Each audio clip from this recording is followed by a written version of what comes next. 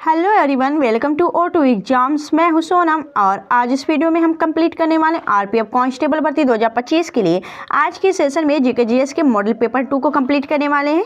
इस model paper में most expected top 50 MCQ cover करने वाले हैं। तो जितने भी स्टूडेंट आरपीएफ कांस्टेबल भर्ती के लिए प्रिपरेशन कर रहे हैं, आप सभी लोग वीडियो के लास्ट तक बने रहिएगा।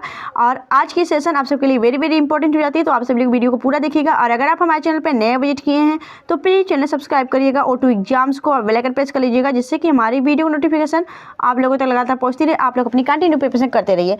आरपीएफ एग्जाम के लिए आज का मॉडल पेपर वेरी इंपॉर्टेंट है। इससे पहले हमने फर्स्ट मॉडल पेपर कर चुके हैं, तो अगर आपने उस वीडियो को नहीं देखा उसे भी आप जाकर देख लीजिए।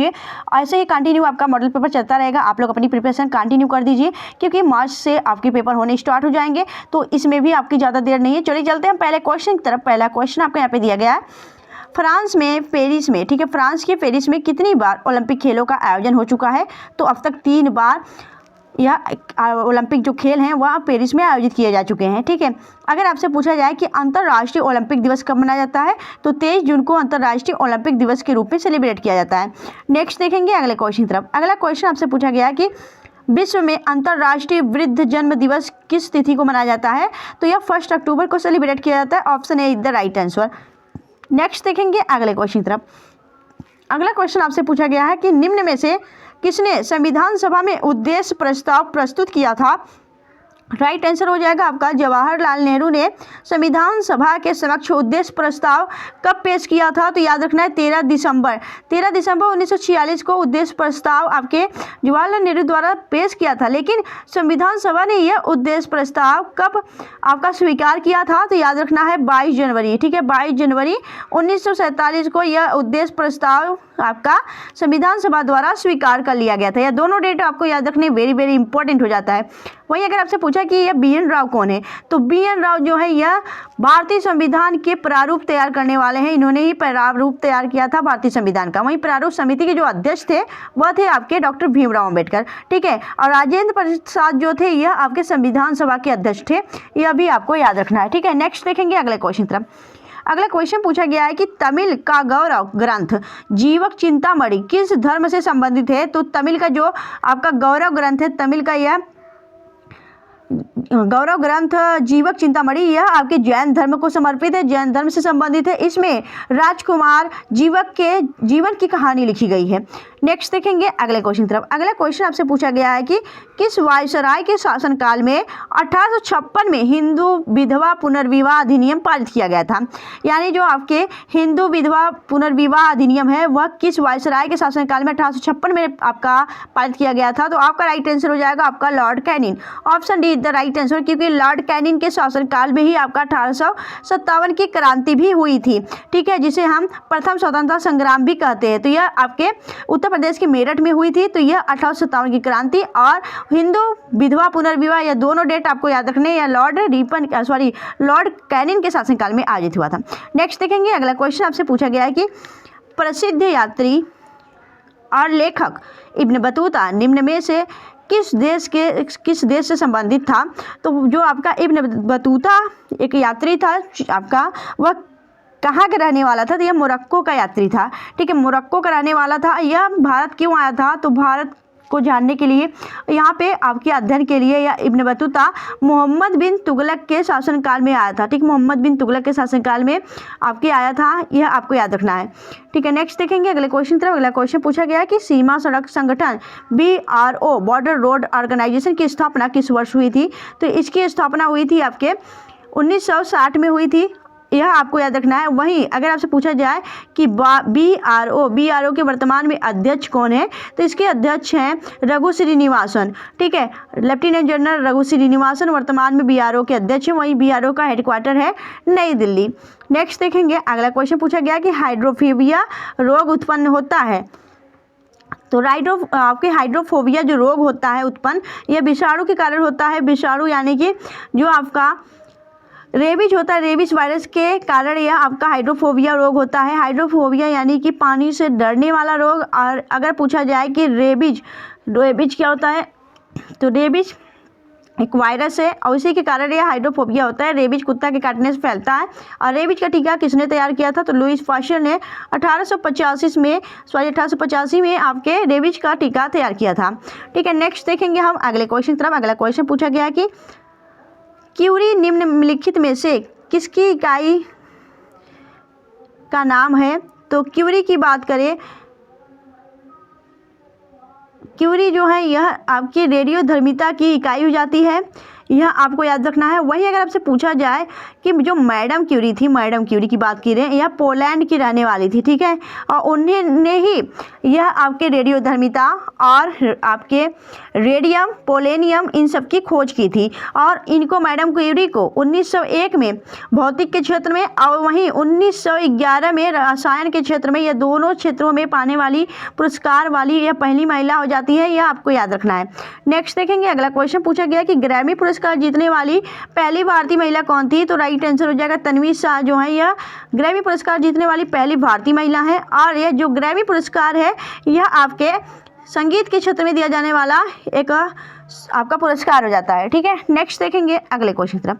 अगला क्वेश्चन पूछा गया है कि किंग जॉर्ज III ने मद्रास में आपके सर्वोच्च न्यायालय की स्थापना किस वर्ष की थी? तो राइट आंसर हो जाएगा आपके 1800 में की गई थी। 1800 आपका राइट आंसर हो जाएगा। किंग जॉर्ज III ने मद्रास में यह सर्वोच्च न्यायालय आपके 1800 में बनवाया था। वहीं अगर आपसे पूछा जाए कि जो आपका भारत का सर्वोच्च न्यायालय था उसकी स्थापना 1774 में किसने की थी? तो कोलकाता में हुई थी, ब्रिटिश ईस्ट इंडिया कंपनी ने की थी। ठीक है, कुल तीन चार आपके सर्वोच्च न्यायालय थे, एक तो कोलकाता, चेन्नई, मद्रास और बॉम्बे, यह 4 आपके सर्वोच्च न्यायालय थे। नेक्स्ट देखेंगे अगले क्वेश्चन की तरफ। अगला क्वेश्चन आपका है कि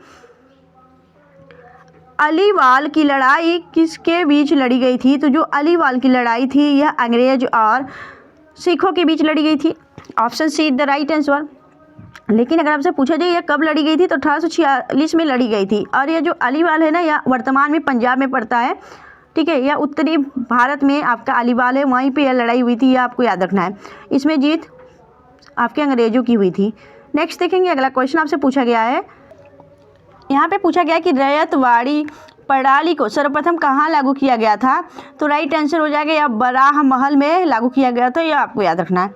नेक्स्ट देखेंगे अगला क्वेश्चन पूछा गया है कि विश्व की सबसे गहरी खाई मेरियाना ट्रेंच किस महासागर में स्थित है?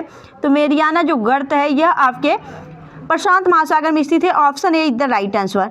नेक्स्ट देखेंगे अगला क्वेश्चन पूछा गया है कि राज्यसभा में किस राज्य के प्रतिनिधियों की संख्या सर्वाधिक है?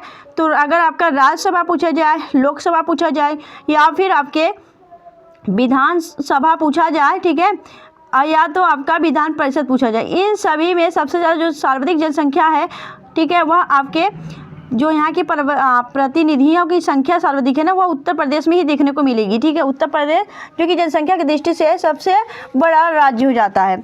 नेक्स्ट देखेंगे अगले क्वेश्चन की तरफ। अगला क्वेश्चन पूछा गया है कि निम्नलिखित में से कौन सी गैस वायुमंडल का अंग नहीं है?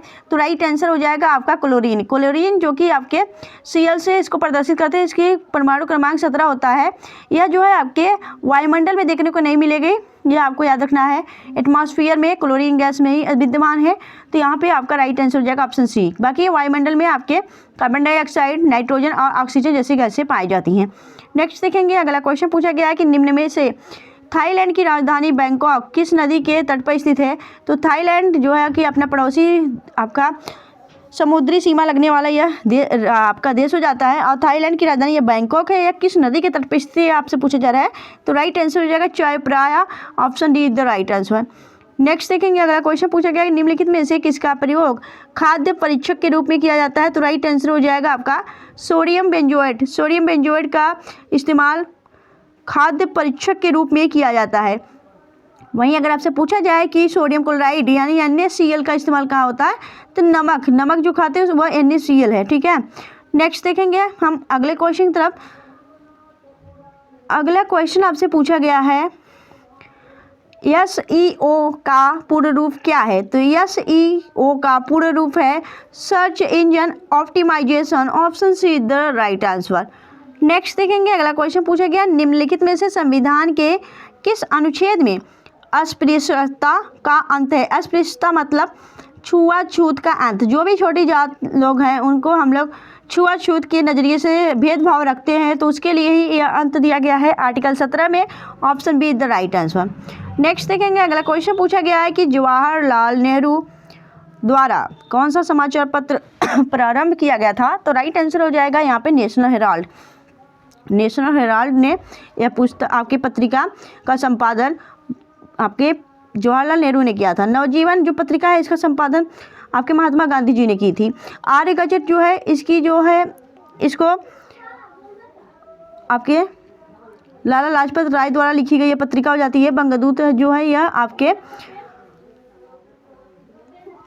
ठीक है, बंगदूत भी एक पत्रिका है, अभी याद नहीं रहे किसकी है, तो इसमें से राइट आंसर आपसे बी हो जाएगा। नेक्स्ट देखेंगे अगले क्वेश्चन की तरफ। अगला क्वेश्चन आपसे पूछा गया है, इनमें से कौन सा शास्त्रीय नृत्य भगवान विष्णु को समर्पित है?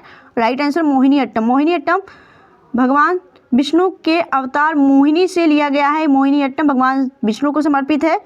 मोहिनी अट्टम जो कि आपके केरल का एक शास्त्रीय नृत्य हो जाता है, ठीक है। भरतनाट्यम भगवान शिव को समर्पित हो जाता है, और वही कथक भगवान कृष्ण को समर्पित है, और मणिपुर भी आपके भगवान कृष्ण और राधा को समर्पित है। नेक्स्ट देखेंगे अगले क्वेश्चन की तरफ। अगला क्वेश्चन पूछा गया है कि शिव समुद्रम जलप्रपात भारत का दूसरा सबसे बड़ा जलप्रपात है। यह कर्नाटक के शिमोगा जिले में स्थित है, और यह किस नदी पे स्थित है यह आपसे पूछा जा रहा है। आपको सारी तो यहाँ पे बता दे रहा है यह कहाँ पे है, लेकिन यह किस नदी पे स्थित है यह आपसे पूछा जा रहा है।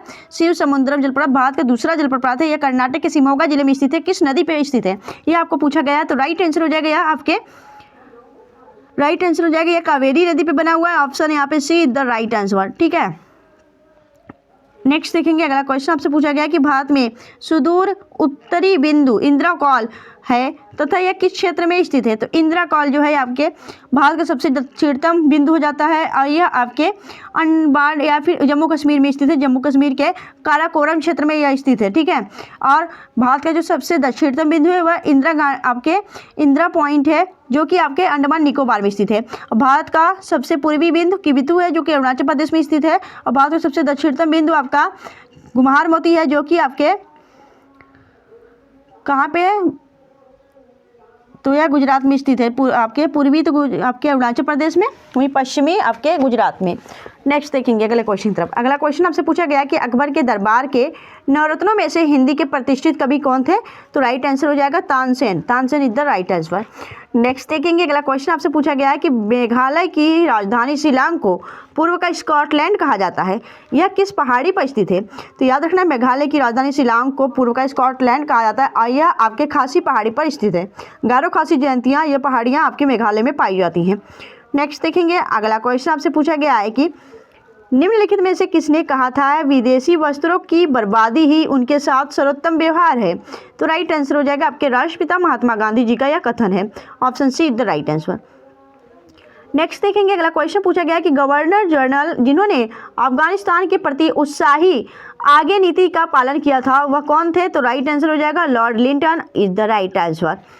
नेक्स्ट देखें अगला क्वेश्चन पूछा गया है कि तंजौर चित्रकला किस राज्य में विकसित हुई थी, तो तंजौर चित्रकला आपके तमिलनाडु में देखने को मिलती है। Tamil Nadu is the right answer.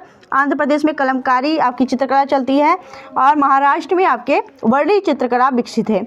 Next देखेंगे अगले क्वेश्चन की तरफ। अगला क्वेश्चन आपसे पूछा गया है, अगला क्वेश्चन है कि क्योटो प्रोटोकॉल का उद्देश्य क्या है, तो क्योटो प्रोटोकॉल का जो उद्देश्य है वह ग्रीन हाउस गैसों को कम करना ही इसका उद्देश्य है। और आपके ग्रीन हाउस गैसें जो कि आपके ओजोन परत को पतला करती हैं, ठीक है। नेक्स्ट देखेंगे अगले क्वेश्चन की तरफ। अगला क्वेश्चन है आपका कि निम्नलिखित में से किसने लोक नृत्य राई को लोकप्रिय बनाया, तो राइट आंसर हो जाएगा राम सहाय पांडे। राम सहाय पांडे ने यह एक लोक नृत्य है राई, और इसको इन्होंने लोकप्रिय बनाया। नेक्स्ट देखें अगला क्वेश्चन पूछा गया कि भारत में विक्टोरिया मेमोरियल का वास्तुकार निम्नलिखित में से कौन था, तो राइट आंसर हो जाएगा यह वेस्ट बंगाल में पड़ता है विक्टोरिया मेमोरियल। और इसके वर्तमान में जो वास्तुकार थे आर्किटेक्चर थे वह कौन थे, तो राइट आंसर हो जाएगा यहाँ पे विलियम एमर्सन, ठीक है। यहाँ पे option be the right answer. Next देखेंगे, अगला क्वेश्चन आपसे पूछा गया कि बांधों और उनसे संबंधित राज्यों के संदर्भ में निम्नलिखित में से कौन सा युग्म गलत है। तो ये अगर कोयना बांध देखें तो ये महाराष्ट्र में है, ठीक है। करजन बांध आपके गुजरात में, पोंग डैम आपके हिमाचल प्रदेश में, लेकिन इंदिरा गांधी जो डैम है यह राजस्थान में नहीं है, आपको यह याद रखना है। नेक्स्ट देखेंगे, यह उत्तर प्रदेश में। नेक्स्ट देखेंगे, अगला क्वेश्चन आपसे पूछा गया कि निम्नलिखित में से अंतिम पल्लव वंश का शासक कौन था। तो राइट आंसर हो जाएगा अंतिम पल्लव जो आपके शासक थे उनका नाम था आपका यहाँ पे Aparajit Barman. Option C the right answer. आगे देखेंगे, अगला क्वेश्चन पूछा गया निम्नलिखित में से कौन सा अनुच्छेद संसद में प्रयोग की जाने वाली भाषा से संबंधित है। तो राइट आंसर हो जाएगा आर्टिकल 120 जो है यह संसद में उपयोग की जाने वाली जो भाषा है उससे संबंधित है। वेरी वेरी इंपॉर्टेंट ये क्वेश्चन हो जाता है। सारे क्वेश्चन इंपॉर्टेंट है, आपके एग्जाम ओरिएंटेड क्वेश्चन है। तो दोस्तों अगर आपको सच में वीडियो अच्छी लग रही है, हेल्पफुल लग रही है, तो प्लीज़ वीडियो को लाइक और चैनल सब्सक्राइब करते चलिए। चलते हैं अगले क्वेश्चन की तरफ। अगला क्वेश्चन आपसे पूछा गया है कि मुस्लिम चरमपंथ की प्रतिक्रिया के रूप में हिंदू महासभा की स्थापना निम्नलिखित में से किस वर्ष की गई थी। तो राइट आंसर हो जाएगा यह आपके 1915 में हुई थी, ठीक है, आपके हिंदू महासभा की स्थापना। नेक्स्ट देखेंगे, अगला क्वेश्चन पूछा गया कि आबादी की दृष्टि से भारत का सबसे छोटा पड़ोसी देश कौन सा है। तो भारत का सबसे छोटा जो पड़ोसी देश है आपके आबादी की दृष्टि से पूछा जा रहा है तो वह हो जाता है मालदीव। मालदीव की राजधानी माले और यहाँ की जो करेंसी हो जाती है वो मालदीवियन रुपया हो जाती है। नेक्स्ट देखेंगे, अगला क्वेश्चन पूछा गया है कि भारत में पोलो खेल का प्रचलन किसने किया था। तो राइट आंसर हो जाएगा इसमें तुर्क ने किया था। तुर्क इज द राइट आंसर। अगला क्वेश्चन आपसे पूछा गया है प्रधानमंत्री नरेंद्र मोदी को ऑर्डर ऑफ मुबारक अल कबीर सम्मान से किस देश में प्रदान किया गया। तो राइट आंसर हो जाएगा यह कुवैत में दिया गया था प्रधानमंत्री नरेंद्र मोदी को ऑर्डर ऑफ मुबारक अल कबीर सम्मान, ठीक है, वहाँ का एक सर्वोच्च नागरिक पुरस्कार हो जाता है। आगे देखेंगे, अगला क्वेश्चन पूछा गया है कि कुमार पोस्ट सियाचिन में तैनात होने वाली पहली महिला अधिकारी का नाम बताइए। तो राइट आंसर हो जाएगा यहाँ पे कैप्टन शिवा चौहान, ठीक है, यह सियाचिन में तैनात होने वाली पहली भारतीय महिला अधिकारी है, यह आपको याद रखना है। नेक्स्ट देखेंगे अगला क्वेश्चन की तरफ। अगला क्वेश्चन आपसे पूछा गया कि रूस की संधि द्वारा प्रथम विश्व युद्ध से अलग हुआ था। तो रूस की संधि द्वारा प्रथम जो विश्व युद्ध से अलग हुआ था वह हुआ था आपका ब्रिटेन, ठीक है, ब्रेस्ट लिंटोवास्क की संधि, ठीक है, यह रूस की संधि से प्रथम विश्व युद्ध में अलग हो गया था, ब्रेस्ट लिंटोवास्क की संधि। Option D the right answer. अगला क्वेश्चन पूछा गया है कि दुनिया भर में बाल श्रम दिवस प्रत्येक वर्ष कब मनाया जाता है। तो बाल श्रम दिवस जो कि 14 वर्ष से कम आयु के बच्चे को काम पर लगा देते हैं उनके लिए यह बाल श्रम दिवस सेलिब्रेट किया जाता है, उनके भविष्य के लिए। तो यह आपके 12 जून को आयोजित किया जाता है। Option be the right answer, 12 June. Next question पूछा गया है कि MRI का पूर्ण रूप है। तो MRI का जो पूर्ण रूप है वह हो जाता है आपका यहाँ पे मैग्नेटिक रिसेंसिंग इमर्जिंग। ऑप्शन यहाँ पे सी द राइट आंसर, ठीक है। अगले क्वेश्चन आपसे पूछा गया है रिएक्शन है मैग्नेटिक रिएक्शन इमर्जिंग। अगला क्वेश्चन पूछा गया कि नाटो उत्तर अटलांटिक, ठीक है, नॉर्थ अटलांटिक ट्रीटी ऑर्गेनाइजेशन, इसका हिंदी में इसे उत्तर अटलांटिक संधि संगठन कहते हैं। इसकी स्थापना किस वर्ष हुई थी। तो इसकी स्थापना हुई थी आपके 1945 में। Option A the right answer. अगला क्वेश्चन पूछा गया है कि कास्टिक सोडा का रासायनिक नाम क्या है। तो कास्टिक सोडा का जो रासायनिक नाम है वह हो जाता है आपका सोडियम हाइड्रोक्साइड, ठीक है। Option D the right answer. इसका फार्मूला होता है NaOH, ठीक है। कास्टिक सोडा को ही धावन सोडा भी कहा जाता है। नेक्स्ट देखें, अगला क्वेश्चन पूछा गया कि भारत में दिल्ली उच्च न्यायालय की स्थापना कब हुई थी। तो दिल्ली उच्च न्यायालय की स्थापना हुई थी 1966 में। Option C the right answer. Next question पूछा गया नीदरलैंड की राजधानी एम्स्टर्डम किस नदी के किनारे पर स्थित है। तो राइट आंसर हो जाएगा यह आपके एम्स्टल नदी के किनारे स्थित है। अगला क्वेश्चन पूछा गया है चाक्यार कुथु प्रसिद्ध नृत्य शैली है। तो चाक्यार कुथु प्रसिद्ध नृत्य शैली आपके केरल की हो जाती है। Option D is the right answer. Next question पूछा गया है कि निम्नलिखित में से किस शहर को भारतीय ऑटोमोबाइल का हब और एशिया का डेट्रॉयट कहा जाता है। तो राइट आंसर हो जाएगा इसे चेन्नई को कहा जाता है। चेन्नई को क्या बोला गया है, भारतीय ऑटोमोबाइल का हब और एशिया का डेट्रॉयट।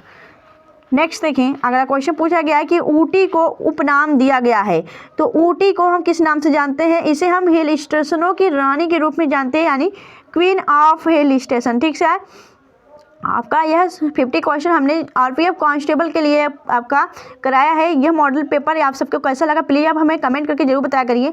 अगर आपको यह आपका वीडियो अच्छा लगा हो, हेल्पफुल लगा हो, तो प्लीज़ वीडियो को लाइक करिएगा, चैनल सब्सक्राइब जरूर करिएगा। और कोई भी प्रॉब्लम हो आप हमें कमेंट कर सकते हैं, हम कमेंट के रिप्लाई भी करते हैं। ठीक है, तो मिलेंगे आपसे नेक्स्ट वीडियो में, तब तक के लिए bye bye and thanks for watching, keep smiling.